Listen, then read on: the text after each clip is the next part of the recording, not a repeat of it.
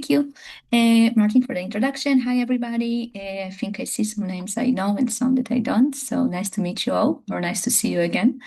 And I'll share a screen as well, and then I'll ask you to confirm that you actually can see it. Yeah. Yep. Yep. Thank you. Okay, great. So we'll be covering low impact debates today. I'll try to keep it to an hour. And yeah, the theme is desert because deserts are low, and we're talking about low impact. So this is the level of humor you can expect for the next hour. I apologize in advance for that one. And yeah, with that being said, feel free to ask questions at any point if something is not clear enough, if I'm saying two ESLE words or not making sense or anything like that. Feel free to jump out, raise your hands, right? Use the chat, everything, something like that, right? And I'll be happy to answer those. But the way that I structure this is, first of all, we'll kind of quickly cover what is a low impact debate and what types of debate we are talking about here, so we can kind of recognize those debates better going to the future and being able to actually use the kind of tools and skills that we are learning today. I talked to a few people while building that, and kind of what I gathered is that a low impact debate can be various amounts of debate, and different people kind of see them differently. Then we will cover some mistakes that people are making while debating these kinds of motions, and then lastly we'll talk about what should you actually do in order to sort of maximize your chances of winning those. Cool. So let's start. So, what's a low impact debate in terms of definition? So, we're obviously talking about a debate where the scale of harm, benefit, impact, as we call it, is kind of limited or maybe abstract. So, you're not sure what it is. You're kind of looking at it and you're not sure what is the delta, what is actually changing, who is this affecting, how much are they being affected. Maybe the actors are very small scale, so maybe the debate is about a very specific groups.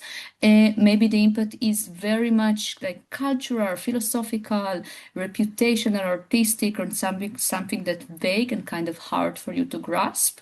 So this is in contrast with something that is very high impact, right? So we're not talking about war, we're not talking about climate collapse, nothing nothing that is big econ. There could still be like niche low impact econ debate, nothing that talks about extensive big policy being implemented. This is just in terms of like broad definitions. Now let's talk about actual types of motions. Okay, and I'll give you lots of examples now, so we can kind of grasp the idea of what we're talking about, and we will also use those examples throughout this session in order to sort of example the way that the things that I'm talking about. We will use them to demonstrate the mistakes, the skills later. We will try to sort of do this like a bit more hands-on in terms of also showing you how to also do good in these motions. So I think the first motions that come to mind when we're talking about low impact motions are this like, and this is something that is very popular in the recent years, wasn't popular at all when I started debating. So like narrative motions, right? So those are like motions like this house opposes romanticization of youth, regrets glorification of humility, supports the stigma against selling out, all those sorts of things. Most of the examples that I will use are just recent examples from comps. So I opened a debate site and just walked through it. This is not criticism on any of those comps. But those are kind of motions are like the cultural narratives motion. How do we recognize those? So they're usually using words like romanticization, glorification, dominance in discourse, stigmatization, all of those sorts of things, right? Second of all, there's never like, or they're usually not a specific actor in those motions. So they're talking about like more of a big phenomena. And in addition to that, there's also no concrete setting, right? There, like best case scenario, you will get something like in the West or in developing countries or something like this. But there's nothing too specific to talk to set it in a specific like age group or city or industry or all those sorts of things. So These are the kind of broad cultural narratives that can be a lot of times low impact. We will talk how we approach those. The second type of debates that we can see, and a lot of us are considering low impacts, are like art or pop culture debates. So motions about art history, for example, or motions about even art regulation in media, something like this house would remove all laws surrounding music sampling, right? An interesting motion, not a huge impact there. Motions about trends, shifts, styles with art. So, like this house supposed the decreasing presence of religious themes in coming of age stories. Okay? Again, interesting, something that I would like to read about, but not, again, a huge impact on a very large population there. So, a lot of those kinds of art motions are stuff that we are considering to be low impact.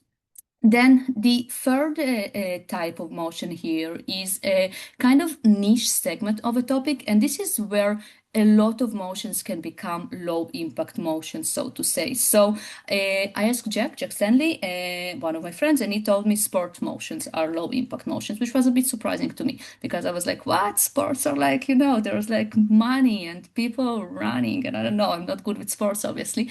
But if you're thinking about it, so like a lot of times when we're talking about sports motions, we have motions like this house opposes the use of dynamic pricing for the FIFA World Cup, or prefers a soft cap to a hard cap on salaries of specifically American professional sports and stuff like that, which is again creates a kind of motion that is becomes a bit too niche in terms of how of a difference does it actually create. First of all, in the entirety of sports. Second of all, first of all, in the world, then in the entirety of sport, then in the specific field that we are talking about, and then even on the actors that are actually relevant there. So a specific niche, and this can also be relevant to medicine or tech. So I have examples like this house would make all Femitech innovations open source. So like all of the applications that are tracking your period and all those sorts of stuff, which is again an interesting motion. There is a feminist take there. There is a lot of interesting discussion to make. Not sure how much of an impact. So basically, a lot of topics that are that we can consider not low impact inherently, like maybe sports, like maybe text, like maybe econ, can become a low impact motion if the way that it is structured is a bit more niche than what we would expect it to do. To see.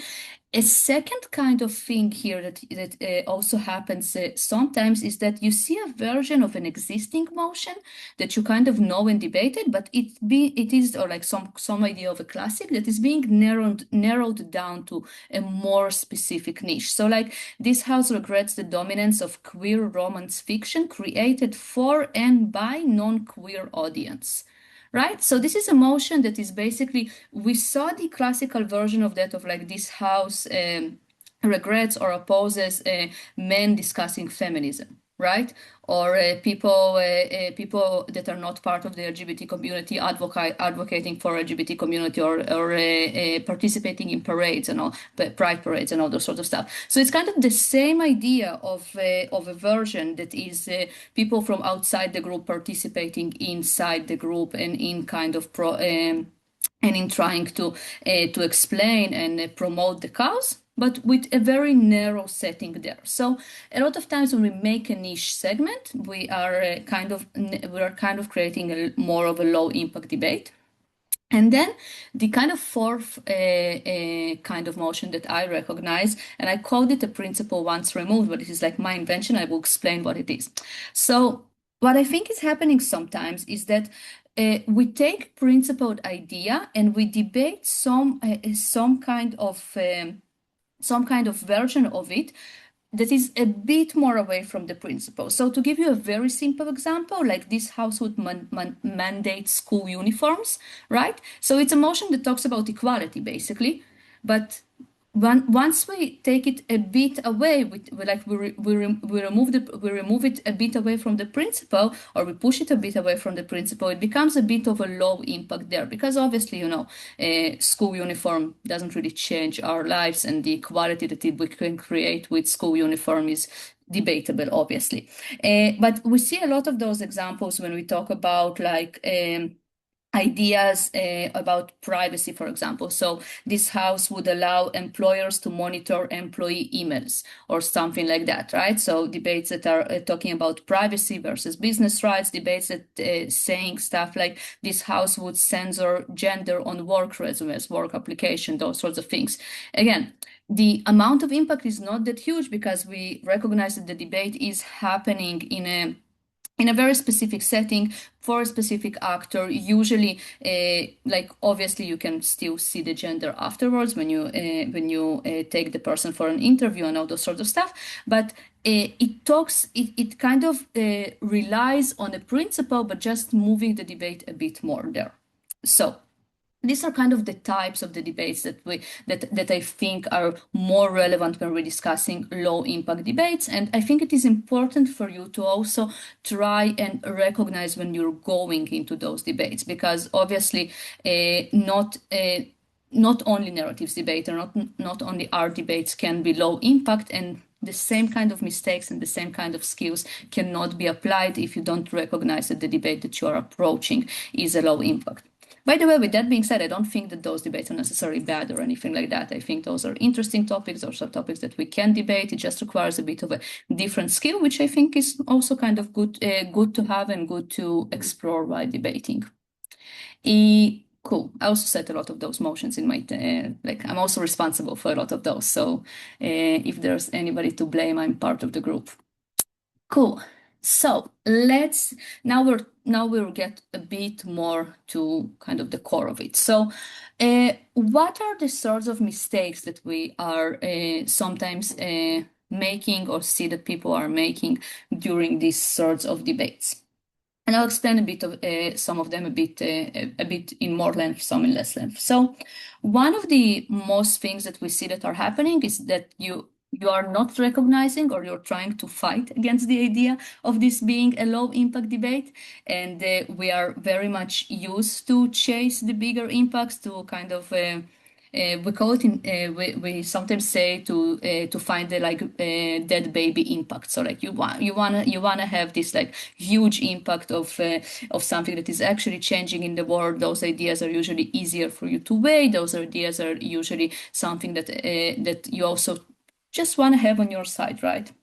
So a lot of times what we're doing is we're inflating the impact, but in a bit in an unrealistic way. And this is obviously problematic because if the impact is like too big, then it's obviously not proportional, but it's problematic on a more core level there. So it becomes just not realistic, which I believe is a huge part of what a judge should, consider when he's judging a debate. If something doesn't make sense in real life, then something just doesn't make sense in real life. A lot of times it's you just skipping steps of analysis when you're jumping to something that is too big, right? So you create this sort of idea. You kind of imagining a snowball in your head during the analysis, and you try to say that from the small snowball we make a huge how do you say it, snow slide? I'm not sure, but a lot of snows that is falling and destroying villages and stuff like that. But the idea is that you are actually missing huge steps of analysis, and the idea is that most of snowballs don't create those huge disasters, right? So try to see that in all of the motions that we just covered, you never want to run stuff like this destroys someone's life forever. This is kind of I don't know, restructs the way that we see society. All those sorts of ideas are usually stuff that you want to avoid. But second of all, you also want to avoid just extreme mechanisms during setting those debates. So like if we're thinking about the motion about music sampling, so the one that we said this house would remove all laws surrounding music sampling, right? So you don't want to say something like there will be no new contracts in the industry anymore. You don't want to run a case that's saying big companies will now weaponize AI to steal every song ever made and stuff like that, right? So those could be stuff that are relevant in your analysis. So you can analyze how contracts are being affected with new musicians, right? You can analyze how AI is being used, or why this creates a problem with the IP laws and stuff like that, because you are kind of trying to steal every song that is ever made, but you're not trying to actually say that. So you're trying to always mitigate the way that you build your mechanisms and proving your case in order to not create this huge impact. The second idea, ironically, is that sometimes we are under impacting. So, and this has, I would say, like three ways the way it works. So it might be too vague, right? So we might say something like there is an emotional harm, or there is a lowering of self-esteem for a person, right? This sends a bad message. This is not legitimate. This affects society negatively. All those sorts of vague statements that we're just not entirely sure how the motion works, so we're making those. A second thing that we are doing when we under impacting is that we create this kind of surface level impact. So we're saying stuff like artists will make more music, or some artists will lose money, which is not bad, but we're kind of missing the real change in the world. So instead of talking about the bargaining power in the way that they are making their contracts, or instead of talking about entry barriers in the industry, we're kind of just brushing the surface level of the analysis, because we're not really understanding the full extent of the impact there. Or a lot of times, what is happening, and what you should also kind of almost always consider when we're talking about those sort of motions, is that you're kind of forgetting the long-term effect. So you're a lot of times don't think about how those ideas shape how they are shaping norms, how they are create generational differences, how they are affecting how they are institutionalized in some level through the academia, for example, or through companies, through social media, all those sorts of things, right? So sometimes we simply kind of neglect the long term, and then we are under impacting in these sort of motions. The third mistakes that I often see debaters making is simply kind of over philosophize. So you either run very vague principles, so you're looking at the debate and you're saying, yes, but this harms privacy, or yes, but this really harms property laws, and then you just run a kind of generic case about this idea that you copy paste from debate to debate, and this becomes kind of stuff that is sometimes hard to credit, because it's just very generic. But the other kind of mirror of this is when people try to run too abstract philosophies. So like some Rawlsian egalitarianism thing, or like we like invent some new criterias in order to how to see this moral philosophy here, which is also a bit strange sometimes, because we're simply kind of forcing ideas on the motion. I would say the fourth and important thing here is that we forget a lot of times comparative framings. And in low impact debate, I think this is a lot of times even more important than in a kind of more clear policy debate. This is where you get the idea that, oh, but there are 10 different narratives that engage with this narrative and affect the person, or there are 10 other forms of escapism or leisure, if we're talking about art, or there are so many other support systems for minorities, or there are so many other ways to build self-esteem and other sorts of things. So a lot of time we need to consider the comparative way more when we're talking about this motion. Because these kinds of motions, because sometimes it's not clear. Like some debates would give you the comparative. This is kind of also the fashion now. Like you would get this house prefers this over this, and then you're cool, you're good. But most of the debates, or like a lot of them, will just give you some sort of idea, and you will need to understand what stuff are happening other ways, and you need to understand that usually there is no one comparative, which is kind of which is sometimes unique to those sorts of motions, right? when we're talking about narratives, there are obviously a lot. But when we're talking, let's take the sampling again, like the music sampling again. So what's the comparative there? There's obviously like a lot of stuff that we can think that are happening if there's like if people can't sample. So there's either like a very either we use just new artists as like big music companies.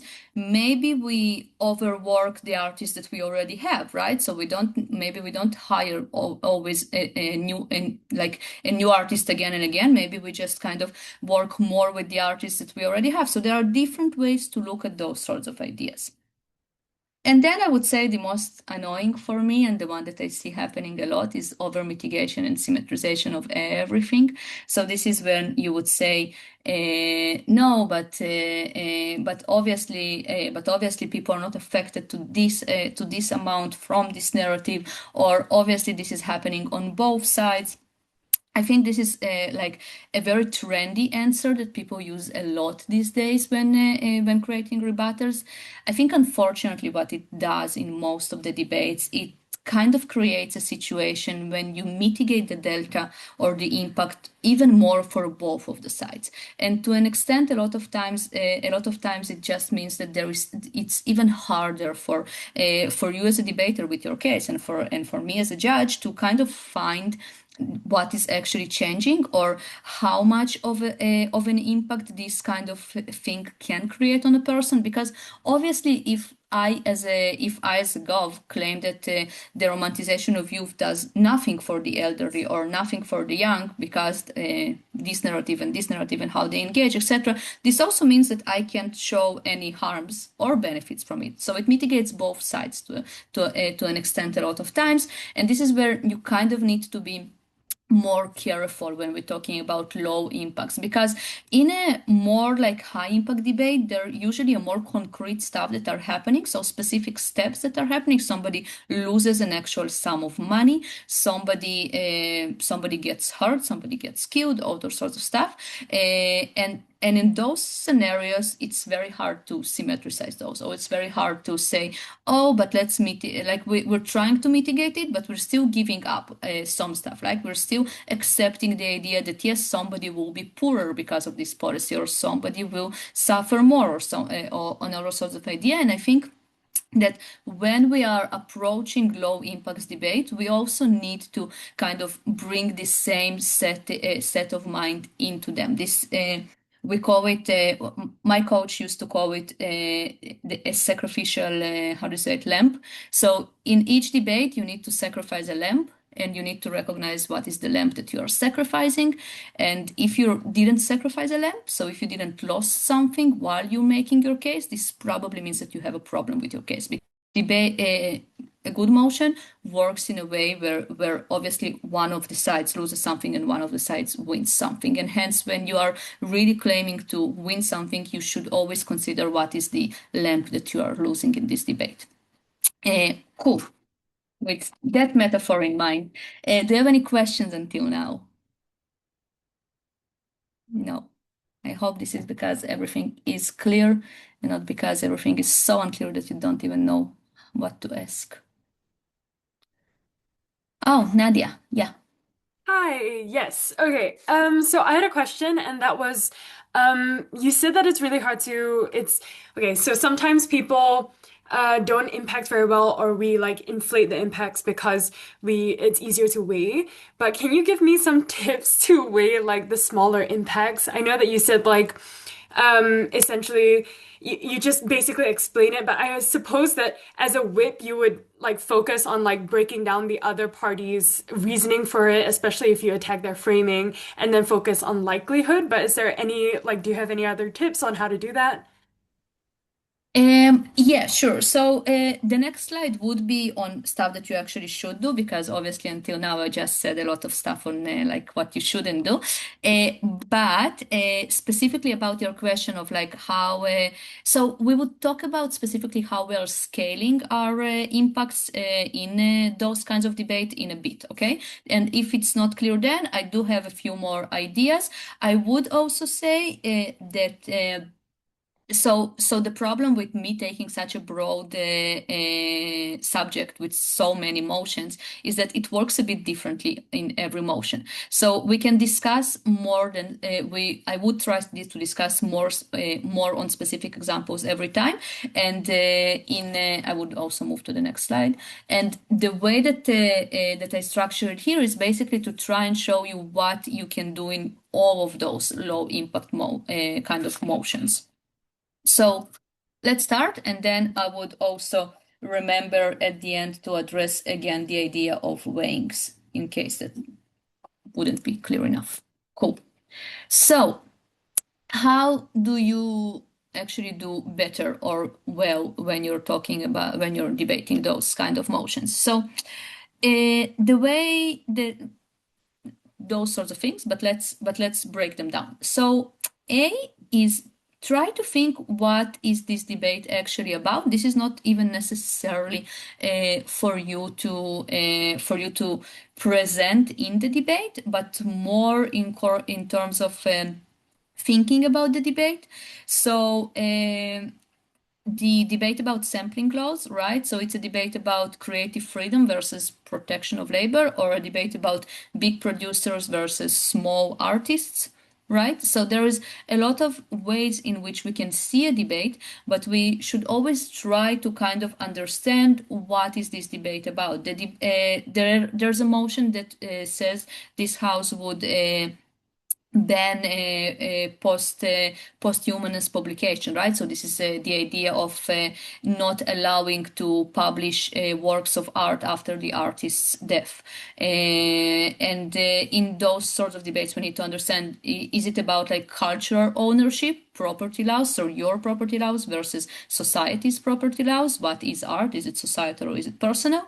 Is it about your autonomy? Right? Is it about how we preserve the autonomy after death? Those sorts of questions. So I think although it is something you should probably do for a lot of debates, in those low impact debates, to try to understand what are the debate is actually about can be very critical in order for you to be able to show how you win. So without kind of seeing those bigger ideas there, it is harder for you to scale the impacts afterwards. So try to understand what bigger ideas your kind of case is going to connect to.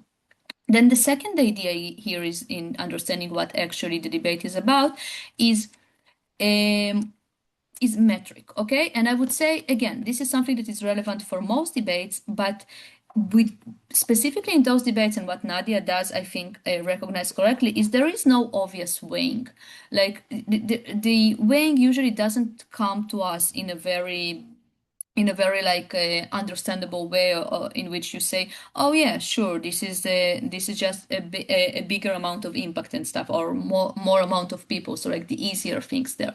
So I think in terms of understanding the metric is a way to create a weighing to begin with. So and what do I mean? So if we think this debate is about artists and like smaller artists, or if this debate is about property laws, this would be the metric that we set in the debate. If we think this debate is about dignity or about freedom or whatever, this would be the metric that we set in the debate to an extent. And the way that it works a lot of times, or the way that that a round plays out, is that when you set a metric, and it's kind of a powerful tool, not only coming from the whip. So if you're first half and you're setting a metric in the debate, you're kind of forcing the entire debate to address your metric. So you would see people either trying to say that your metric is not important, or try to win on your metric, or try to outweigh your metric, right? So worst case scenario, they just spend a lot of time, no, this is not the worst case scenario. Best case scenario, they spend a lot of time, they're not necessarily doing this successfully. Then the other scenario is that you actually force them to to clash more with you, which makes you a bit more relevant. And lastly, by choosing a metric, the weighing becomes easier. So when I know what is the specific metric that I'm debating about, a lot of times it is easier for me to create a weighing, because then the weighings are not those kind of more generic weighings that we are learning as we learn to debate, right? Those are like the long-term, short-term, magnitude, scale, vulnerable actors, all those sorts of things. So no, those becomes a bit this becomes a bit more specific, because then when you have the metric how to judge of how to win or how to judge the debate, then you are kind of forcing yourself to look at what each team did on this metric and to compare yourself to them in terms of strength of analysis, in terms of how much comparative the analysis is, other sorts of ideas that are more specific to that, or like which actors they are covering, which actors they are not covering. So by understanding what is the debate about, and from that choosing a metric in the debate, you kind of cover two things. You're first of all are making sure that you understand how to tie the more low impact debate to a more of a higher impact setting. So it creates this idea that the debate is no longer about 3 seconds of a sample of music that is happening in some song. It is now about property, right? It is about the clash of big producers versus small artists, right? This is now the metric that I'm setting. And it becomes easier for you to wade around. Cool. Second skill here. Framing, characterization, setting.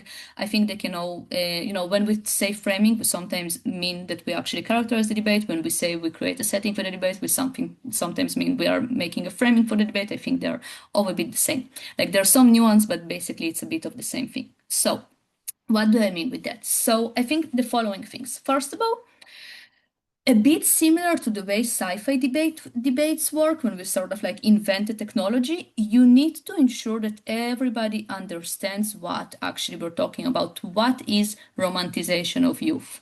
I have like can be so many things, right? Or like what were the other examples? What is the stigma against selling out? What is the dominance of queer romance fiction? Like what are we talking about? So a lot of times we need to create this setting in order to actually create a non-vague debate. But moreover, we also need it in order to create a more plausible or like logical chain of analysis or progression of your case. So when you have when you have the setting, when you explain how the narrative works, where it is being, people are seeing it, how which people are seeing it, etc., it creates already a nuance in your analysis that is then easier for you to analyze from. So this means that it kind of creates less gaps in your analysis afterwards, right? And third of all, it immediately narrows down the debate to be more precise, which is exactly what we want in those sorts of motions, because either they are too vague and we simply need to be precise in order to understand what the hell we're talking about, or they are talking about such a niche issue that, again, if we're not precisely like hitting it on the head and talking about this thing, then we are just spreading out too far. So by creating a framing and characterization in those debates, you're actually making sure that you are on it. The last thing here is that just note that a lot of times those debates are talking about a specific industry, a specific history, like a point in history, about a specific artist, not all of those artists, all of those, just all artists, right? So. So you also need those sorts of details in order to understand where the debate is going to. Cool. The third thing that we usually want to do with low impact debate is just talk about actors, right? So if we can, if in a high impact debate, we can ensure that everybody is being affected, this is not happening here, okay, guys? Not everybody is affected from queer literature, not everybody is affected from music sampling, not everybody is affected from, I don't know what the other examples that I had here, from romanticization of youth or all those sorts of stuff, right? So we need to understand what is the group that we are talking about, and like we are doing this in a very basic level of what is the age, what is the color, what is the gender, right? So we're trying to just understand who are the people that are actually being affected with that. So again, if we're taking the big companies, the big producers versus the small artists, we are talking about somebody that is an established IP holder, right? Versus new entrants. And then this creates another kind of level of nuance there because now we are talking about what does it mean to be an established IP holder? Does it mean the amount of the IP you have? Does it mean the amount of access that you have in order to understand IP laws, in order to act on how IP laws works, other sorts of stuff, right? So the more we understand our actor, the more we can create analysis out of it that is specific to the motion. Um, B, I think a lot of times when we are talking about narrative debates, when we're talking about those low impacts debates, they are to an extent what I would say is like an identity debate. So it's more about, or it's a lot about how people see themselves. So how people see their place in society, how people see their relationships. What is then the importance of dignity for those people, for cultural belonging or of recognition, all those sorts of things. So instead of looking a lot of times on how those actors are being affected materialistically or or like physically, I don't know how to say, but we want to look at how their identity is changing within this debate, right? So what does it force them to be, or what does it encourage them to be to an extent? And from that, we can a lot of time create an analysis that is way more specific to the motion. This is, I think, especially relevant in narratives debate, but also a lot of times in art debates and popular culture debates and other sorts of stuff. The next thing here would be micro mechanisms. They are important here. So like if usually we can have a case with one, two reasons and we can just explain those, I honestly don't think it works a lot of times in those sorts of debates, in low impact debates. So we want to build on nuance, and we want to build up the nuance more and more through our case. How do we do it? So I think we can, when we analyze, if we're analyzing a person, for example, we can look at how they are interacting with the narrative, or how they're interacting with somebody who interacts with the narrative through different points of life, right? So through different people, through different points in time, through different places, through different environments in terms of like at home, at work, in university. So we can break down our analysis in a way that it is way more nuanced, which creates like this bulk of analysis that becomes way more nuanced and way better. We can talk about how different actors interact with that. So this is also a way to create more mechanisms. So for example, so we usually want to consider how different actors would interact with the narrative or with the art, etc. So we can, and then we can make our case more relevant because we kind of extend our group, right? So if the motion is about big producers versus small artists, then how does it affect established artists?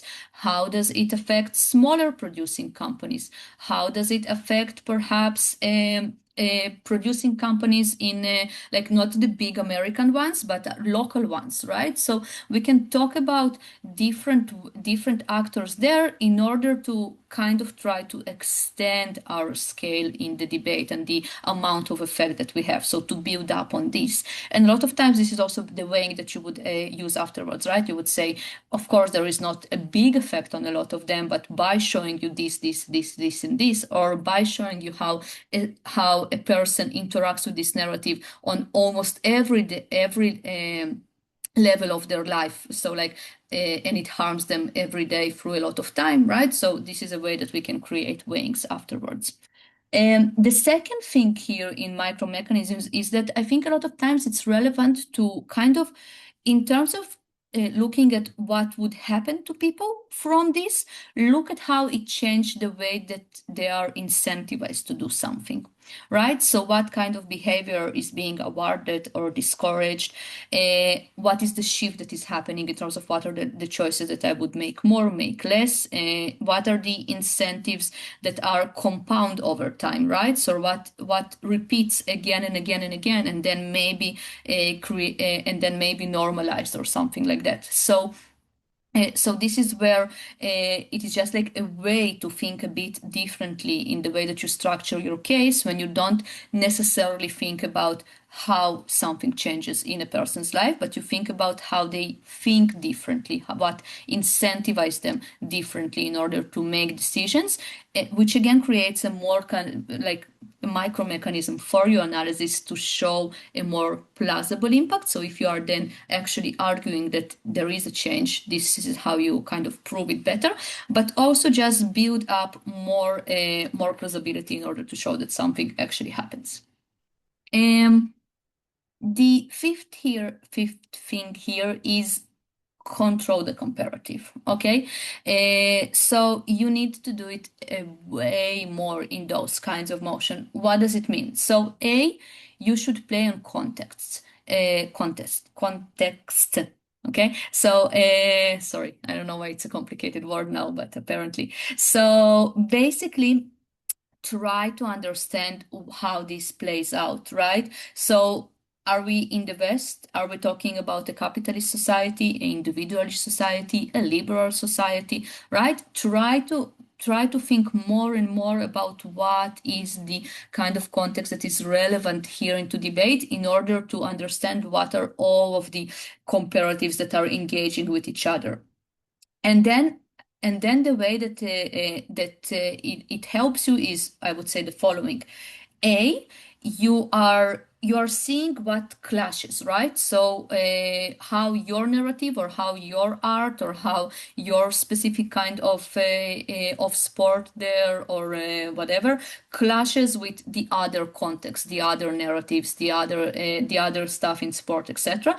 Now, if it clashes, it's sometimes it's like it's either good or bad for you, right? So it means that you can say good, it means that we are giving some balancing out, right? It means that if all the other narratives are so capitalistic or if all the other narratives are so individualistic and other sort of stuff, then when we're talking about that, we actually create a balance out of forces that helps the individual, etc.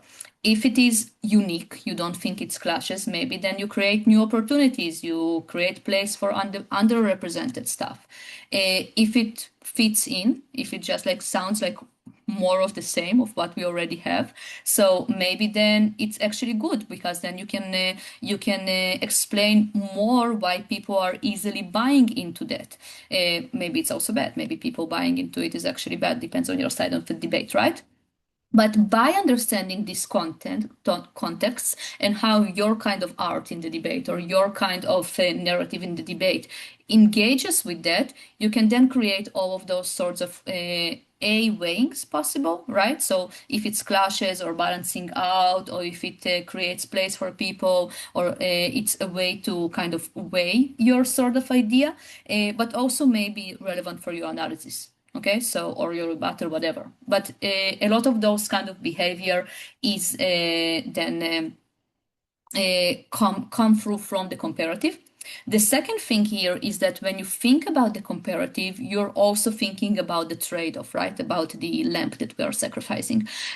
So because when you're thinking about how those different things interact with each other, then a lot of times you're also understanding what is being lost, what is the stuff that is not compatible, right? Cool. Then how to scale? So I think we already kind of talked through a lot of stuff in a lot of things on how do we create this sort of scale.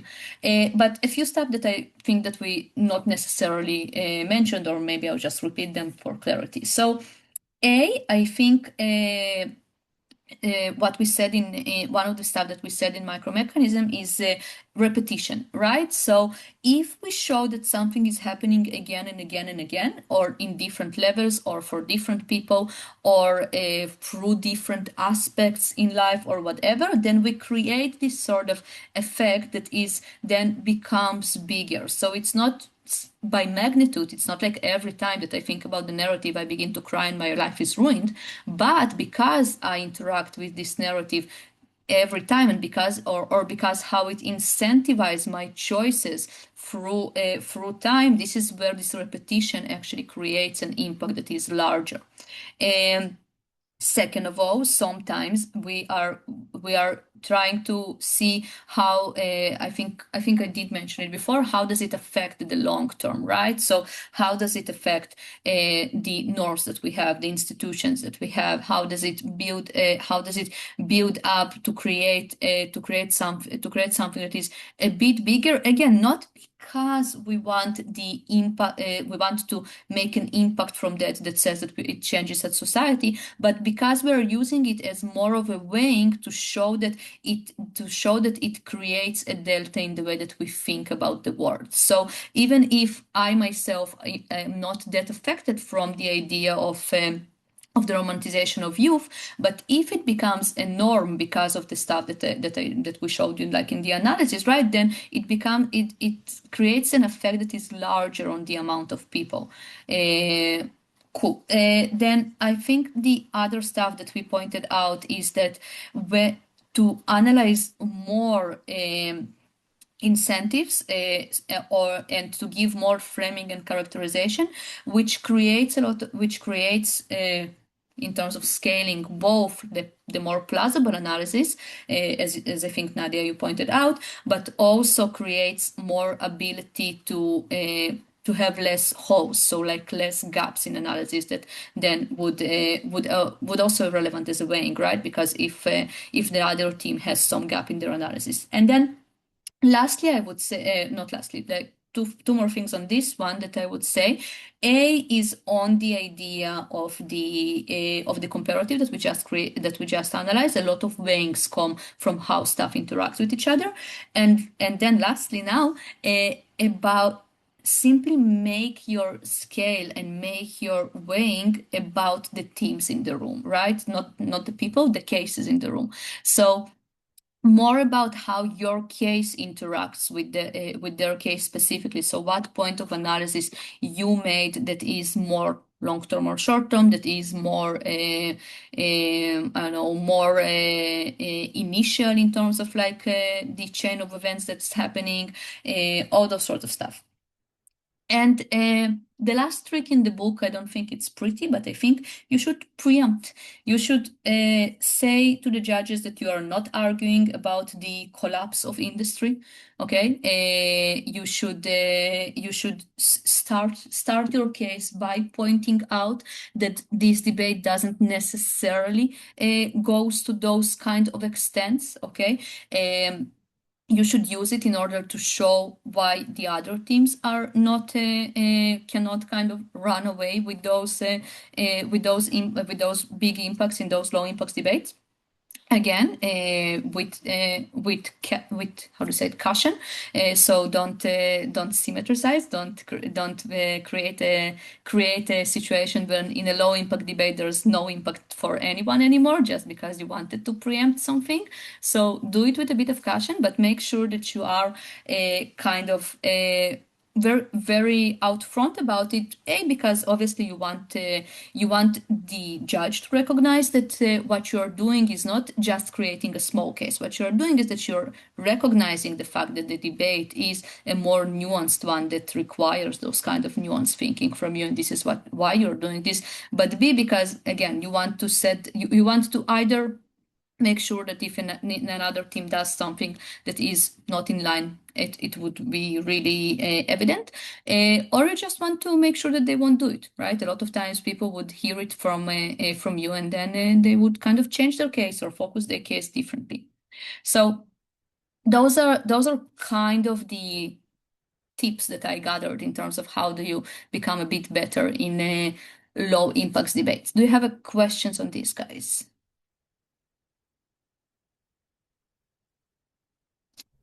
Nadia, did I answer the weighing part?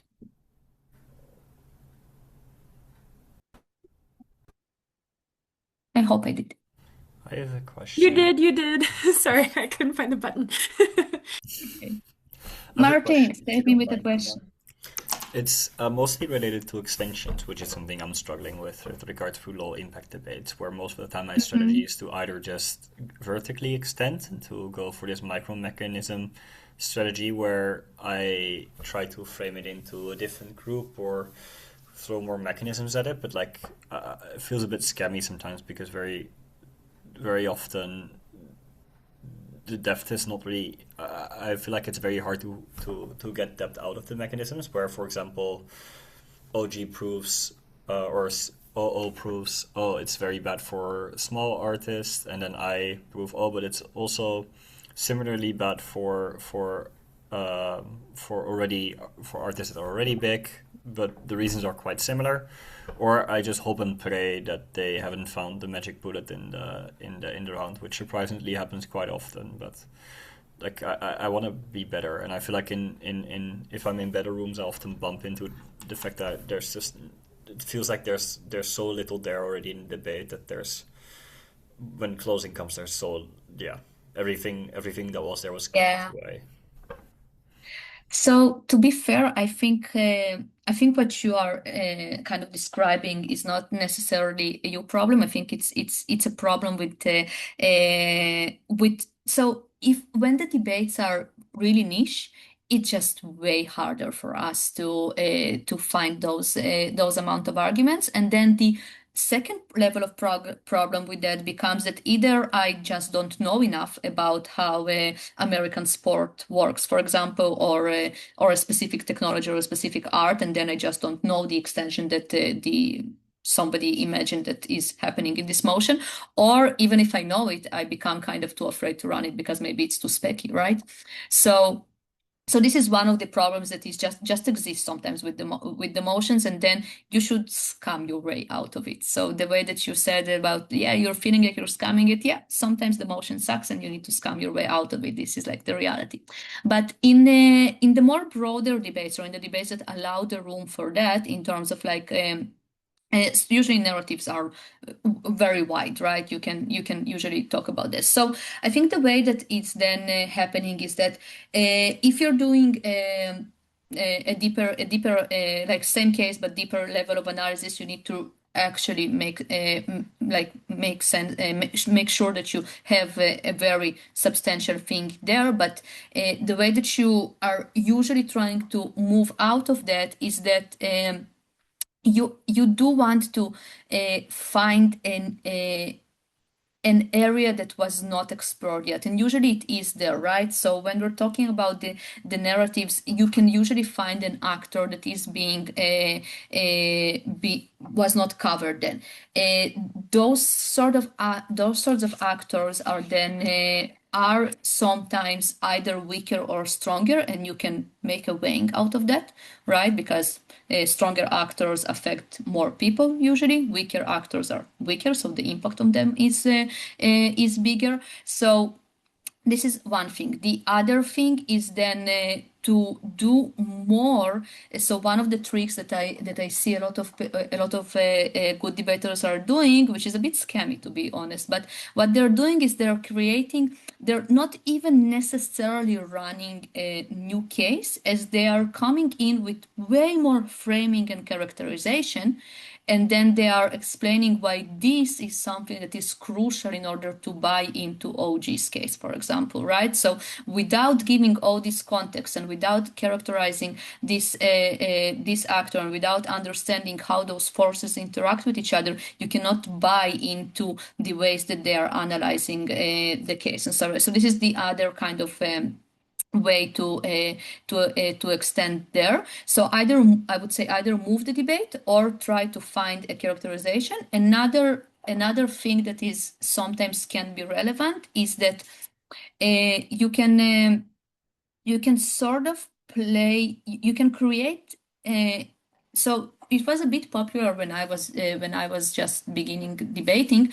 People used to do a weighing extension. So their entire extension was sort of trying to weigh the debate and explain why some stuff are important in each other. It's very tricky, I think, because you actually don't have any new material, right? You are more kind of like playing into setting the debate.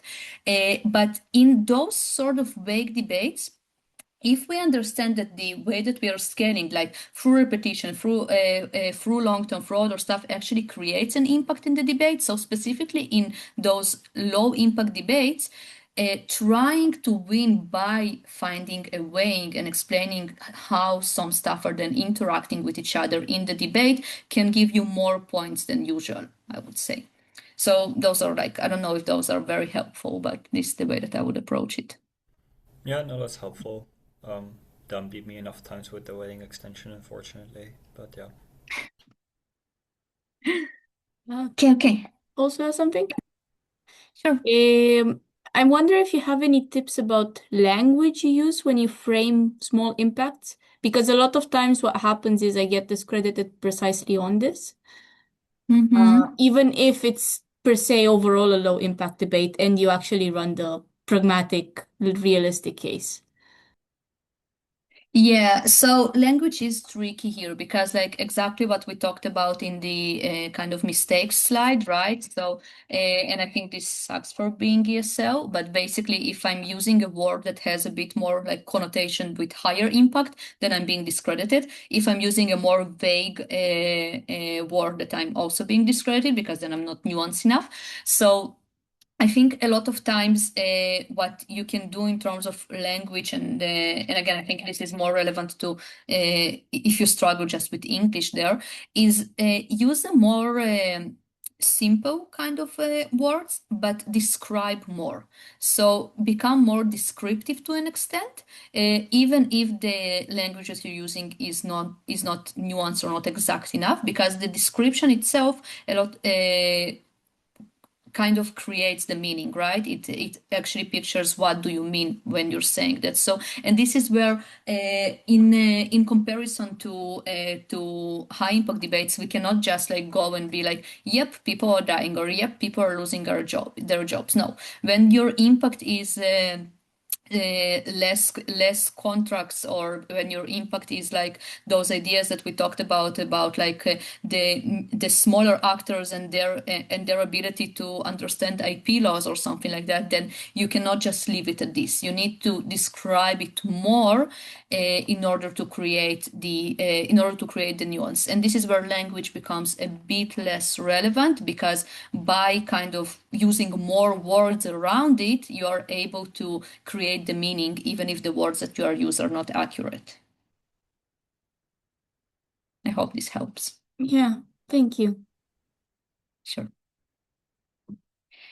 Any more? Okay, so I wanted to do an example with you, but I don't think we have the time. So I can just leave it for you to think about. I wanted to start this part in 10 minutes, so if we can do it in 10 minutes, it's fine, I think. 10 minutes is like less than prep time, but I don't know. I don't know. I mean, the stuff that I have on my papers is way more than 10 minutes. This is why I'm asking. Let's do it like this. I don't want to start analyzing it and then leave after 10 minutes without actually giving you the good stuff. So you can think about this motion. If you have any questions or any ideas on how to approach this motion, you can write to me on Messenger, and I would take it as my homework for not being good with time management, and then I will answer you about what do I think about your ideas with this specific motion. Yeah, it's because that's on me. So I think that kind of, yeah. Then we have any questions? I think we already covered that, and then we have a thank you slide.